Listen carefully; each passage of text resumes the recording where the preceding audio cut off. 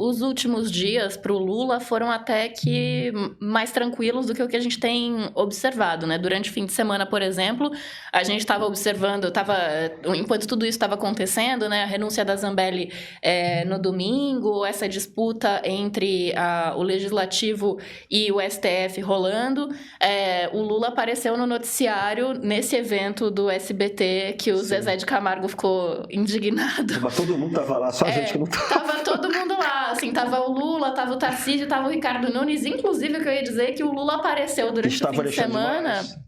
Exato, mas o Lula apareceu no fim de semana dando uma risadinha assim e falando, a culpa é do Tarcísio, porque o Nunes e o Tarcísio foram conversar com ele durante esse evento no SBT para reclamar da Enel e pedir uma intervenção federal na Enel, e aí ele mandou a culpa é do Tarcísio, né? Claro, que aí é uma diversão, né? Aí é uma delícia, porque no fundo é o seguinte, gente, a gente fica se matando aqui, eu não digo a gente aqui, mas enfim, o pessoal que assiste a gente, o público em geral, o eleitorado já fica se matando no bolsonarismo, com a modesta, canalha, fascista, mas entre eles têm outro tipo de sociabilidade, porque eles pertencem à mesma profissão, são todos políticos.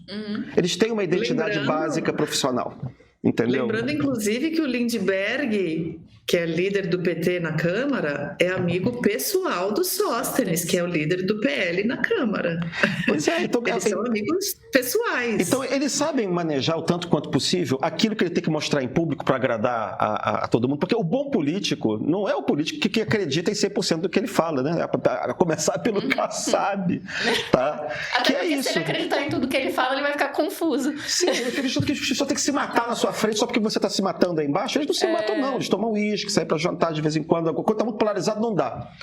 Né? Mas você tem esse tipo de sociabilidade ali. E no caso específico da Enel, desse caso da Enel, é mais engraçado pelo seguinte. São Paulo é o maior colégio eleitoral do Brasil. Todo mundo sabe. São Paulo é do tamanho da Argentina. E tem o PIB da Argentina dentro do Brasil. Então, o que acontece? Muito bem, a direita vai bem em São Paulo, mas a direita tem esse pedra no sapato que é Enel, sei lá como é que chama esse negócio aí. Enel. A Enel, tá? Porque é a Enel. E que pedraça, né? É por isso que o Lula fica rindo, porque acontece o seguinte, porque pro eleitor comum, você vê essas coisas que acontecem na Enel e você acha que a culpa é do prefeito. Ou a culpa é porque, sei lá, porque o fio tá ali em São Paulo, o fio não tá em Brasília, o fio não tá no Amapá, não tá no Rio, o fio tá em São Paulo.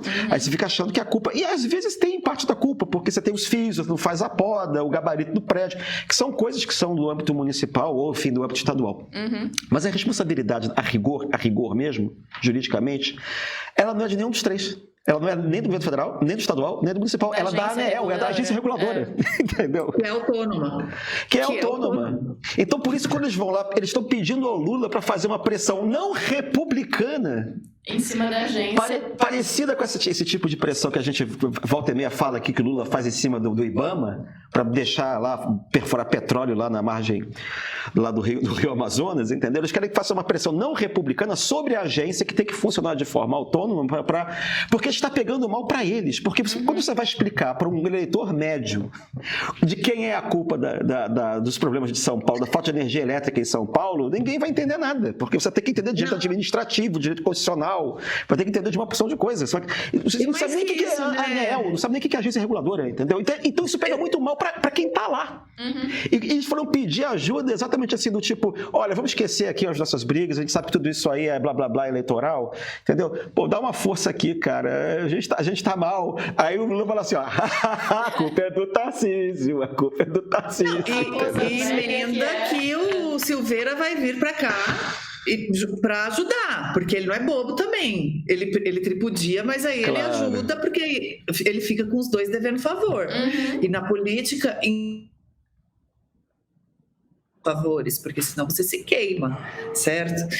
Agora, tem uma coisa também, né, Christian? Porque além de ser muito difícil para o eleitor médio entender que a culpa é de uma agência reguladora e não do prefeito, responsabilidade, na verdade, né? Responsabilidade, né? Então, cobrar da Enel, a responsabilidade mesmo é da Enel. Cobrar da Enel é responsabilidade da ANEEL. Agora, existem, como você mesmo apontou, responsabilidades correlatas dos administradores públicos, né? Então, o prefeito de melhorar a poda de árvores, a manutenção aqui, né? O urbanismo, etc. E por aí vai. E ainda por cima, principalmente o Nunes, mas o próprio Tarcísio também, ambos já fizeram bravatas, muito das bravateiras, para cima da Enel em período eleitoral, dizendo que ia, assim que assumisse o cargo, ia acabar com o contrato, ia fazer isso, aquilo, ia fazer e acontecer. Então, não é tão gratuito as pessoas associarem a eles também, porque teve um apagão muito importante nas vésperas da eleição municipal, que colocou o Nunes na berlinda. Quase tirou do segundo turno, né?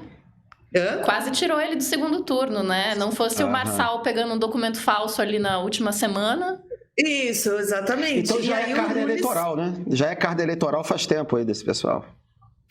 Então, veja, bom, você prometeu, aí agora a gente acreditou, né? Então, como é que faz?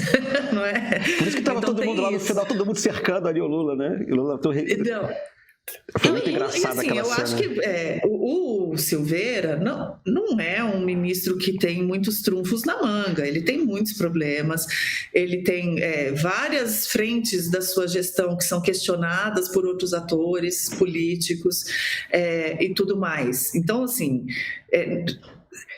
É de se cobrar todos. Não acho que a gente tem que também falar, não, tá todo mundo, né, limpinho e a culpa é do Nunes sozinho. Não, é o contrário. Todo mundo tem um pedaço de responsabilidade aí a ser cobrado. Agora, bravatear que só uma intervenção federal resolve... Imagina. Será que é por aí? Eu acho que é uma coisa que seria interessante discutir um pouco mais. O que eu sei, aí eu vou falar como cidadã moradora de São Paulo, não como analista política, tá? Como cidadã moradora de São Paulo, para mim assim, hoje está do lado de assalto de roubo de celular, o problema da Enel. Porque o número de dias do meu ano que eu passo lidando com falta de luz, que frequentemente acaba dando também falta de água, porque os prédios precisam das bombas para a água subir e tudo. Então, assim, cara, é uma coisa... E aí você perde... vizinho meu perde geladeira, perde... porque pisca, né? Enfim, gente, vocês sabem, não preciso descrever tudo isso, mas é um custo político para esses atores que não é pouco, que não é desprezível, porque é o tipo de coisa que afeta pessoas de classes sociais muito diferentes. Perdem muito voto. A cidade toda, né, Flávia? Aliás, no estado, né? Minha mãe mora na região metropolitana e ficou 18 horas sem luz semana passada, morando no 12º andar, sem sair de casa, né? É isso, e aí você pega, por exemplo, a minha funcionária aqui estava me contando, você sabe que o pessoal do ônibus que estava sem receber e fez greve, por causa do apagão, no dia que finalmente ia cair a primeira parcela do 13º, que motivou a greve do dia anterior, o apagão deixou o Bradesco sem sistema. Então, eles estavam ameaçando... Então... É verdade, eu fiquei sem conseguir acessar o aplicativo também. Então vou entrar em greve de novo. E aí, a pessoa pode até não ter ficado sem luz, mas ia ficar sem ônibus. Entendeu? Então, assim, é um transtorno muito sério, muito grande e que é um custo político muito alto que os atores envolvidos sabem. Então, enfim, não é à toa que, inclusive, topa o risco de ser execrado pela própria base, que é o que aconteceu nos grupos bolsonaristas. Estava todo mundo xingando o Tarcísio, que estava lá rindo com o Lula, o Nunes, que estavam xingando o Nunes porque o Nunes estava rindo com o Lula e tudo mais. Eles estão preferindo este custo político ao teu custo mais amplo de deixar metade da cidade no escuro, né? Sem fôlego, simplesmente fantástico. Isso se faz em vida, parabéns ao meio. Que maravilhoso, obrigado por essa obra-prima. É um deleite ouvi-la, grandiosa. Esses são só alguns dos comentários de quem já assistiu ao documentário Fernanda Montenegro, A Luz e o Mistério, no streaming do Meio. Uma conversa como você nunca viu, em que a maior atriz brasileira revisita quase um século de vida de palco. Ela conta da infância do subúrbio, da primeira visão da magia do teatro, da força do rádio, da TV, do cinema, ao lado de Cora Rona e Ricardo Rangel, Fernanda abre o baú das amizades, das saudades e dos encontros que mudaram sua história. É íntimo, é emocionante, é histórico. Se você ainda não assistiu, o filme está disponível exclusivamente para assinantes do Meio Premium no nosso streaming. Além dessa produção incrível, nosso catálogo conta também com séries e documentários que você só encontra aqui. Assina, assista e viva esse encontro com Fernanda Montenegro.